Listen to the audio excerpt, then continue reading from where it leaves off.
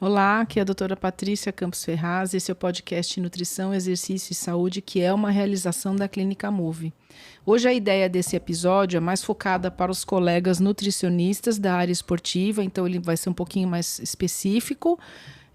Pode ser que você não entenda muita coisa, você que não é da área de nutrição esportiva não entenda muita coisa que está sendo falada aqui, mas ele é um episódio para profissionais, então os nutricionistas esportivos ou os outros profissionais de saúde que trabalham com esporte e que queiram saber sobre as atualizações das quais eu vou falar. Nós vamos falar hoje sobre as novas diretrizes de prática clínica em nutrição esportiva, publicadas agora, recentemente em 2025, pela Associação Brasileira de Nutrição Esportiva. Então agora eu convido vocês a olhar os slides aqui, a gente vai fechar a minha tela e vai colocar os slides para a gente prosseguir a nossa breve aula desse episódio de hoje. Muito bem. Próximo. Então, a introdução geral desse documento, esse é um documento muito bem construído, bastante robusto, construído conforme as principais entidades internacionais que a gente já conhece, né, o American College of Sports Medicine, o European College of Sport Science. Ele é baseado no sistema GRADE, que é o sistema que atribui força às evidências científicas. Então, a gente vai partir do princípio que as maiores evidências científicas, a maior força dentro das evidências científicas são aquelas fornecidas por estudos, ensaios clínicos randomizados e controlados por placebo. As evidências científicas, essa é a maior evidência científica que a gente tem dentro da área de saúde. Evidências científicas que estão vindo de estudos sem grupo placebo, ou de estudos que não foram adequadamente randomizados, ou estudos com um número de sujeitos muito pequenos, ou ainda estudos realizados em animais, estudos experimentais, em ratos, por exemplo, camundongos, ou estudos in vitro. Nessa ordem que eu falei, eles vão fornecendo evidências científicas menos fortes para nós. Então, são informações que vão ter menos força dentro das recomendações clínicas. É isso, basicamente isso que funciona o sistema GRADE. E esse é um documento construído para nutricionistas que atuam com atletas e praticantes de exercício em geral. Próximo. Então, quais são os fundamentos das diretrizes? A base das diretrizes são as evidências que englobam os RCTs, que é o Randomized Controlled Trials, que são os ensaios clínicos randomizados e controlados por placebo, e também, eu esqueci de mencionar aqui, aquelas evidências que vêm com as revisões sistemáticas publicadas com meta-análise. Uma forma que a ciência tem de sistematizar o conhecimento para nós profissionais, que é muito importante que os nutricionistas, assim como a área médica e outras áreas da saúde, tenham o hábito de ler revisões sistemáticas com meta-análise, porque ela compara diferentes artigos dentro de uma mesma área, respondendo a uma mesma pergunta, de acordo com a força que cada um desses dados tem, para dar também uma segurança para nós, para sistematizar todo o corpo de conhecimento acima daquele determinado tema, tá?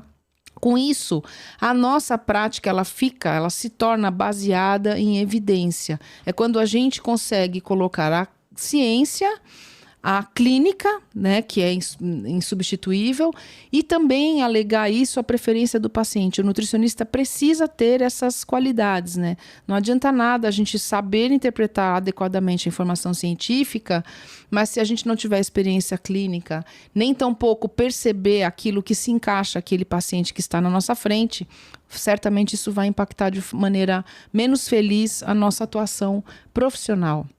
E as barreiras para que o nutricionista aplique esse conhecimento são as dificuldades de interpretação da evidência científica no momento e a aplicação dessa literatura científica. Então, uma revisão desse nível, publicada em português, é algo bastante importante, bastante relevante para nortear a nossa prática clínica dentro da nutrição esportiva. Próximo. Então, o documento ele começa com conceitos-chave, que são muito importantes que sejam compreendidos por todos.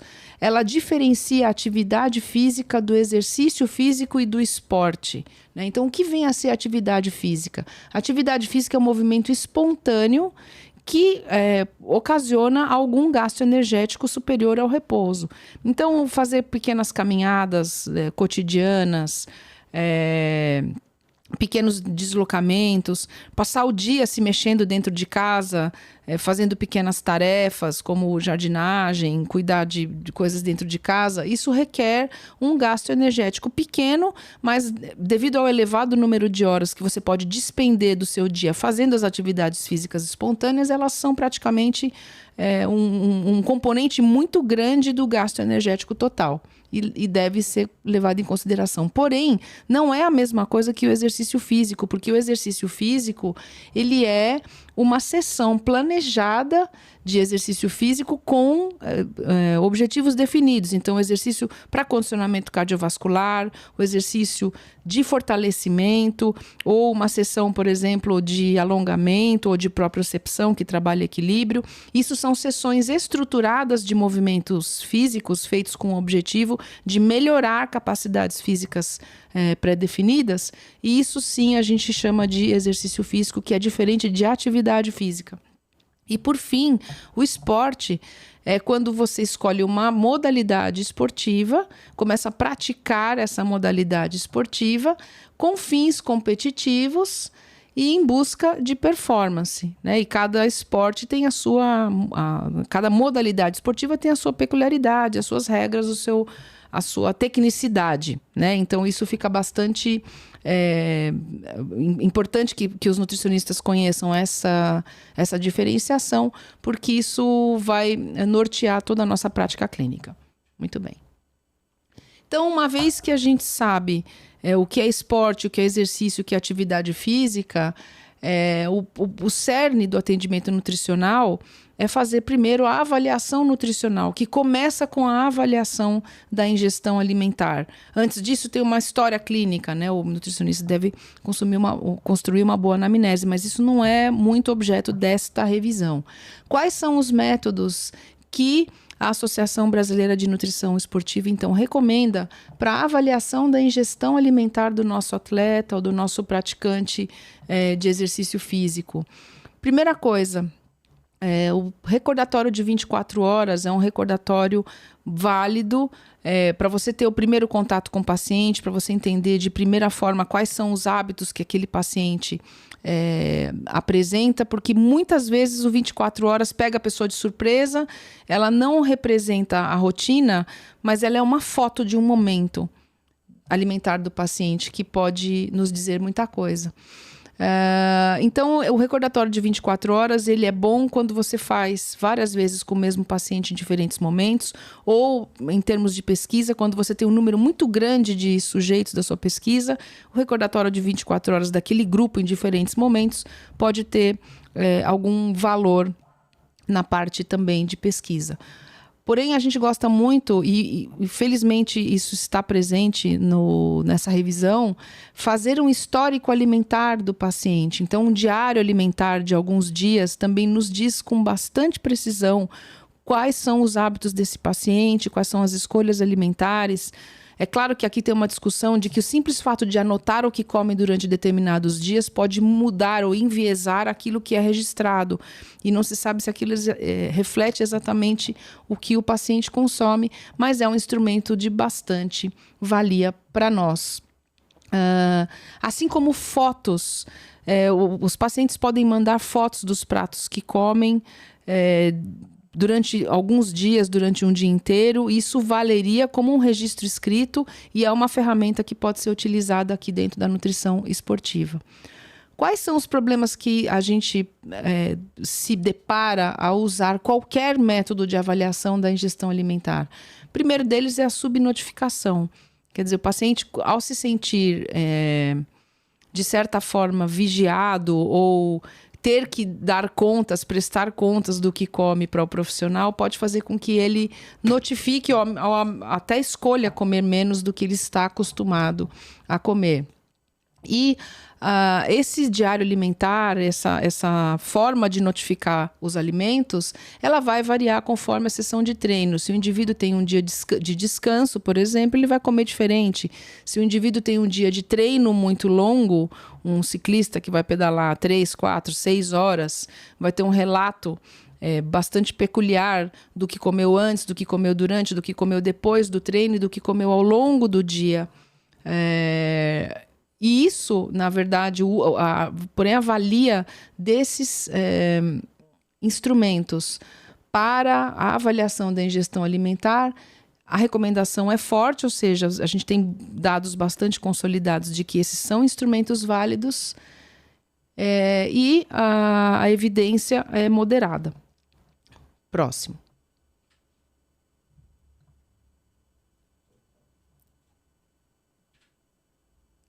A outra questão que é muito importante para o nosso trabalho, além de avaliar quanto o indivíduo come, sabendo todos os problemas que isso pode apresentar, as limitações que isso pode apresentar, também como calcular o gasto energético total do nosso paciente, praticante de exercício físico ou atleta. Então, é muito importante a gente lembrar que o gasto energético total, ele engloba vários componentes, como a taxa metabólica de repouso, como a termogênese dos alimentos e como a parte de energia que ele gasta através da atividade física, do exercício físico. Nós temos muitas equações para calcular a taxa metabólica basal, mas a mais precisa delas, segundo essa revisão, é a TENRAF, seguida pela Cunningham e, em terceiro lugar, a Harris-Benedict, que é antiga.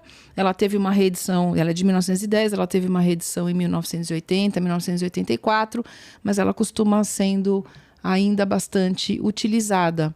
E para aquelas pessoas que têm mais traquejo, usar os METs pode ser uma boa forma de estimar o gasto de energia vindo do exercício físico e da atividade física como um todo. Mas lembrar que o gasto energético total pode ser obtido através da somatória desses diferentes componentes. Próximo. Uma segunda parte aqui do relatório trata de uma entidade clínica bastante importante na área de nutrição esportiva, que é a deficiência energética relativa ao esporte. Ela tem uma prevalência razoável, afeta homens e mulheres. Ela vem de um quadro conhecido antigamente como tríade da mulher atleta, mas todo esse nome foi reformulado, na verdade, porque ela afeta homens e mulheres e traz comprometimentos fisiológicos e psicológicos bastante importantes. Como que a gente... nós não podemos diagnosticar a REDS, mas a gente pode perceber sinais e sintomas de REDS que façam com que nós encaminhemos este atleta para o médico do esporte, que é o profissional mais instrumentalizado para fazer esse diagnóstico. É muito importante a gente pensar, então, no gasto energético total, no consumo de alimentos e quanto que isso é consumido em relação à massa magra do indivíduo. Então, indivíduos que estão ingerindo, principalmente mulheres, que estão ingerindo menos do que 45 quilocalorias por quilo de massa magra, podem já começar a ter uma deficiência de energia que pode, em último caso, ter vários comprometimentos no desempenho esportivo dessa atleta. Os homens também, mas os homens demoram mais para manifestar os sintomas de uma deficiência energética. E isso tem instrumentos específicos de triagem, que é o REDS-CAT, que é um questionário, ou um questionário que é o LEAF-K, que são questionários para você traçar sinais e sintomas da REDS bem como diagnosticar se o indivíduo se encontra numa deficiência de energia, né, de disponibilidade energética. Então, a recomendação para a gente usar esses instrumentos é forte, porém a evidência científica ainda é moderada, pode apresentar melhoras nos próximos anos. Próximo. Outro ponto bastante importante para a nutrição esportiva é a composição corporal. É muito importante o nutricionista esportivo trabalhar em cima da composição corporal, de forma ética, de forma delicada, sem neurotizar o paciente, mas para nós profissionais sabermos o que está acontecendo com ele. Então, as técnicas mais utilizadas, a antropometria, que é nada mais é do que usar as dobras cutâneas, as circunferências corporais e, quando pertinente, os diâmetros ósseos. A bioimpedância, que é um instrumento de bastante valia, bastante utilizado na prática clínica. O ultrassom portátil, que a gente pode inferir camadas de gordura em determinados pontos do corpo, no tríceps, na coluna, na coxa. E o padrão ouro, que é o DEXA, que seria o DEXA, densitometria óssea de corpo inteiro. A antropometria, no campo, ela é muito válida, porém o indivíduo tem que ter um bom treinamento, uma boa habilidade. A bioimpedância, ela também é válida, porém é um instrumento muito delicado e que sofre muito viés da ingestão hídrica. Então, se o paciente não fizer um preparo adequado, não tiver em repouso por algumas horas, não estiver feito seu jejum de forma correta, não tiver tomado café, enfim, todos esses cuidados precisam ser avaliados, porque isso pode interferir demais a ponto de comprometer a avaliação pela bioimpedância. O ultrassom portátil é mais novo, está chegando há poucos anos no Brasil, pode ter bastante valia, mas eu acho que é menos utilizado agora. E o DEXA é só para aquelas pessoas que podem encaminhar o seu paciente a um serviço de densitometria óssea. Então envolve radiação, não dá para fazer muitas vezes por ano, mas seria o padrão ouro se a gente quiser ter uma noção real da composição corporal desse paciente. O uso de todos esses aparelhos exige que o profissional saiba as limitações e os usos de cada equação que vem junto com o aparelho, né? Então, a gente tem, por exemplo, na bioimpedância, as equações elas vêm já por default no sistema do aparelho e a gente precisa saber se aquelas equações estão de acordo com a população que nós estamos avaliando. A mesma coisa com a antropometria. Se a gente usa a antropometria, cada grupo populacional tem uma equação que é específica para esse grupo. Muitas delas, a maioria delas, não validadas aqui para o Brasil. E aqui no Brasil a gente pode preferir as que estão validadas para a nossa população. Próximo. Outro ponto importante desse guia é o uso de marcadores sanguíneos que nós podemos ter na prática clínica para entender como é que está o metabolismo muscular desse paciente. Então, podemos usar o lactato, que nos diz um pouco sobre como é que está a recuperação desse paciente, porque o lactato a gente espera que ele esteja aumentado depois de um exercício físico intenso. Mas, medindo esse paciente em repouso, seus níveis de lactato deveriam estar normais, né? Se eles não estiverem normais, tem alguma coisa aí acontecendo no que tange à recuperação pós-treino desse atleta. A ureia, ela diz muito para nós sobre o metabolismo de proteína, mas ela também diz muito para nós sobre o estado de hidratação desse paciente. Então, é um marcador que pode nos ser muito válido nesse aspecto. A dosagem de mioglobina também pode dar uma primeira pista, um primeiro sinal se existe alguma degradação muscular, além daquela que seria normal esperar. A parte da série branca do sangue, focar principalmente em leucócitos, para a gente ter uma ideia de como é que estão as defesas, né, a imunidade desse atleta. E, por fim, a proteína C reativa, que é um marcador inflamatório muito bem estabelecido na área clínica e que para nós também pode ser de valia. Todos esses marcadores têm uma alta variabilidade. O uso desses marcadores deve ser complementar a outros parâmetros sanguíneos que já são de praxe utilizar, como, por exemplo, o hemograma tipo 1, a glicemia, colesterol e frações, para a gente ver o metabolismo como um todo, mas esses são biomarcadores específicos para a parte muscular. Então, apesar da evidência não ser muito grande, porque não são biomarcadores tão bem estabelecidos assim, a recomendação para uso clínico ela é forte, porque se entende que isso tem valia como complemento da avaliação bioquímica. Próximo. Então, essa seria a primeira parte deste relatório, que a gente vai colocar em 2 episódios para não ficar muito longo, mas então, em grosso modo aqui, a primeira parte desse relatório, ela diz respeito à atividade física, à diferenciação entre atividade física e esporte e como você pode medir a ingestão alimentar do seu paciente e, por fim, quais são os principais biomarcadores sanguíneos que a gente pode colocar na prática clínica do nutricionista esportivo, segundo as recomendações mais recentes da Associação Brasileira de Nutrição Esportiva. Então, se você é nutricionista esportivo, gostou desse episódio, dá um like pra gente e compartilha com seu colega que precisa ver essas informações. Muito obrigada a todos vocês que nos assistem. Muito obrigada à Clínica Move por apoiar esse projeto e até o próximo episódio.